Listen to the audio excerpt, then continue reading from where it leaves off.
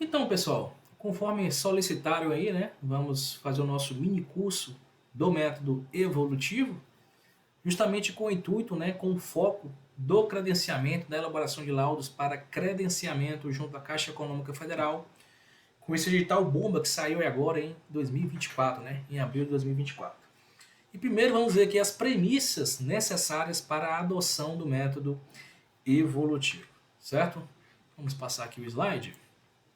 Quando que nós podemos utilizar o método evolutivo? Segundo a NBR 14653, parte 2 de 2011, na avaliação de imóveis cujas características sui generis impliquem na inexistência de dados de mercado em número suficiente para a aplicação do método comparativo. Então, a primeira premissa é justamente que inexista elementos comparativos em número suficiente para você poder compor uma amostra representativa deste segmento de mercado e, consequentemente, aplicar o método comparativo. Então, você não vai pegar um imóvel típico, um imóvel padrão e querer simplesmente utilizar o método evolutivo achando que o analista lá do banco, o fiscal do banco, vai pegar o seu laudo, vai corrigir e vai passar direto nisso. Não, ele vai indeferir justamente porque, segundo a NBR 14653, o método preferido, né, quando há informações de mercado em abundância, né, disponíveis para você coletar, é que você adote um método comparativo, um método direto, um método menos subjetivo. Então, muita atenção quanto a isso, certo? Vamos agora pensar um pouco sobre a escolha do nosso querido imóvel avaliando. Já tinha falado anteriormente, mais uma vez reforçando. Opte por selecionar um avaliando com características semelhantes ao projeto padrão do CUB. Por que DG? Justamente porque nós temos que atingir o grau 2 de fundamentação. Ou então, faça uma parceria com um orçamentista, um engenheiro que mexe com orçamento, um arquiteta que mexe com orçamento, justamente para que ele elabore um orçamento sintético e você pule ali do grau 2 para o grau 3 no item 1 da tabela do método da quantificação do custo. Essas são as minhas dicas, certo? No caso aqui do meu exemplo, do exemplo que nós iremos trabalhar no modelo de laudo, foi selecionado aqui um galpão comercial, ele tinha aproximadamente 900 metros quadrados de construção, era muito parecido com o projeto padrão de galpão industrial. Dessa forma, eu estaria enquadrado no grau 2 de fundamentação do método da quantificação do custo. Vamos agora ao nosso estudo de caso, do nosso exemplo, do nosso laudo de avaliação, tá? Trouxe aqui o endereço do nosso avaliando, tá? É um galpão comercial.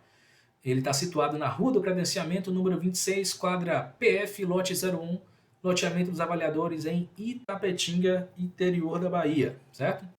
Esse terreno tem 900 metros quadrados e ele foi valorado pelo método comparativo direto de dados de mercado em R$ 400 mil, atingindo aí o grau 2 de fundamentação. Fui eu que fiz essa valoração, certo? Ele tem aproximadamente 900 metros quadrados de construção, ou seja, ele é 100% construído, né? A área 100% ocupada. E não foram identificadas na edificação avalianda nenhum ambiente com diferentes custos de construção. Logo, né, entende-se que não se faz necessário aplicação ou cálculo de área equivalente, já que o padrão é todo regular, né, todo conforme o projeto padrão. Ou seja, o nosso avaliando ele é semelhante, né, bastante parecido, não é 100% parecido, é claro, com o nosso projeto padrão do CUP, o projeto GI, que é referente a galpões industriais. Então, você quando vai inicialmente valorar o seu avaliando pelo CUB, né, ou reeditar os custos das benfeitorias, você tem que procurar no Sinduscom do estado em que você está avaliando um projeto padrão que mais se assemelha ao imóvel que está sendo avaliado, e também tem que ser um projeto padrão mais recente, né? O CUB, o Sinduscom vai publicando mensalmente esses projetos, né? Esses custos, na verdade, e você tem que procurar o último custo disponível no site do Sinduscom. No nosso caso específico, eu fiz esse exemplo aqui no dia de hoje mesmo. Perceba que estamos em abril e o último CUB publicado pelo Sinduscom da Bahia é de fevereiro de 2024, né? Ou seja, o ano não começou após o carnaval na Bahia. Então, vou utilizar o valor de R$ 1.054,24 por metro quadrado, que é o valor referente a galpão industrial. Perceba que esse CUB também é sem desoneração, tá? Recomendo que trabalhe sem desoneração. Que nós temos aqui os diferentes projetos, né? do CUB. Temos residenciais, temos comerciais, temos de galpão industrial. No nosso caso, do Avaliando, ficou mais fácil, né? Devido ao fato de a gente trabalhar com galpão. Estou utilizando um projeto de galpão industrial.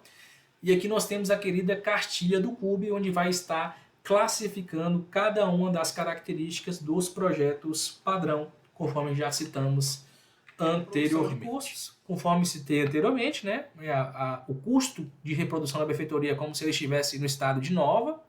Vou preencher aqui o Sinduscon, estou na Bahia, mas se eu estivesse em São Paulo, Sinduscon São Paulo, mudei aqui o estado, certo? Posso preencher aqui também a data de referência do Sinduscon, 1º de fevereiro de 2024, foi o último publicado pelo Sinduscon da Bahia, né? E a tipologia aqui está galpão industrial, mas você poderia, por exemplo, fazer de um prédio comercial e utilizar o projeto padrão do CUB CCL8, né, por exemplo. E aqui seria preencher o custo unitário básico de construção do Sinduscon para essa data de referência. No nosso caso aqui foi galpão industrial, ok? E o valor utilizado foi esse daqui. A área equivalente deixei para você preencher também, mas eu poderia ter colocado uma forma para puxar dessa planilha aqui. Mas enfim, estou colocando para você preencher manualmente aqui os 900 metros quadrados de área equivalente desse imóvel. Conforme a gente já viu na aula anterior, nessa célula aqui ele vai fazer o cálculo, né, a multiplicação do custo unitário básico pela área equivalente do imóvel. Aqui nós temos a porcentagem dos custos fora do CUB, né? Temos para projetos, temos para fundações, conforme a gente já citou anteriormente na aula, né? E conforme citamos também, nós podemos modificar para 4%, podemos multiplicar aqui para 6%, né? Desde que você referencie qual é a fonte que você está utilizando. No nosso caso aqui, eu utilizei a apostila PL Sistemas e vou manter aqui os percentuais que eu tinha adotado inicialmente. Nosso imóvel é um galpão comercial, certo? Então não tem elevadores. E também nós não consideramos outros custos extras aí fora do CUB, né? Não foi identificado isso aí durante a etapa de vistoria. Então foi feito o somatório aqui, né? Temos aqui o valor sem o BDI, temos aqui o valor com o BDI de 22,12%, justificado com base no CUB. Ah, DG, eu quero trocar o BDI. Vai na aba de BDI, ó. Troca aqui, ó. Suponhamos que você quer usar o terceiro quartil do acordo do TCU, 25%. Perceba que ele já trocou para 25% e a célula aqui aumentou para 1.280.000, certo? Mas como eu estou utilizando aqui 22,12, né? É o que está lá no laudo. Vou modificar aqui. Perceba que reduziu para 1.250.000 reais aproximadamente. Próxima célula e procedimentos utilizados. Aqui, conforme eu citei anteriormente, vocês vão ter que justificar a adoção do método evolutivo. E aqui eu estou fazendo justamente isso. Ó. Adotaremos para a realização do presente trabalho o método evolutivo, sendo identificado o valor do bem pelo somatório de seus componentes. E a escolha dessa metodologia se justifica na ausência de elementos comparativos com características semelhantes ao imóvel avaliando, em número suficiente para compor uma amostra representativa deste segmento de mercado. Certo? Então estou justificando por que eu estou utilizando o método evolutivo. E conforme a gente sabe, o evolutivo é uma conjugação de métodos. Eu vou definir aqui qual método que eu estou utilizando para valorar o terreno e qual método que eu estou utilizando para valorar as edificações e benfeitorias. No caso do terreno, eu estou partindo da premissa de que há elementos comparativos em suficiência para eu poder aplicar o método comparativo. Então, por isso, eu estou utilizando o comparativo. No caso das benfeitorias, dificilmente a gente vai achar projetos, né, padrões de orçamento para a gente poder utilizar o método da comparação do custo, né? Então, o mais usual é exatamente o método da quantificação do custo. E é isso que eu estou citando aqui, estou caracterizando, conceituando, conforme a NBR 14653. Inclusive, no final, ainda cito aqui que durante a redução de custo, né, para poder depreciar as benfeitorias, eu vou utilizar o método consagrado de Ross-Heideck. Especificação da avaliação. Inicialmente, aqui eu costumo trazer um resumo dos graus de fundamentação atingidos e citar aqui no anexo do laudo eu tenho essas tabelas, mas há também quem acha mais interessante apresentar a tabela já aqui no corpo do laudo. Eu acho que fica muito extenso, tá? Eu prefiro apresentar elas nos anexos. Então aqui estou informando em relação ao terreno, né? Grau 2 de fundamentação e grau 3 de precisão. Está disponível no anexo 3 das tabelas. Em relação às benfeitorias, grau 2 de fundamentação, também está nos anexos as tabelas.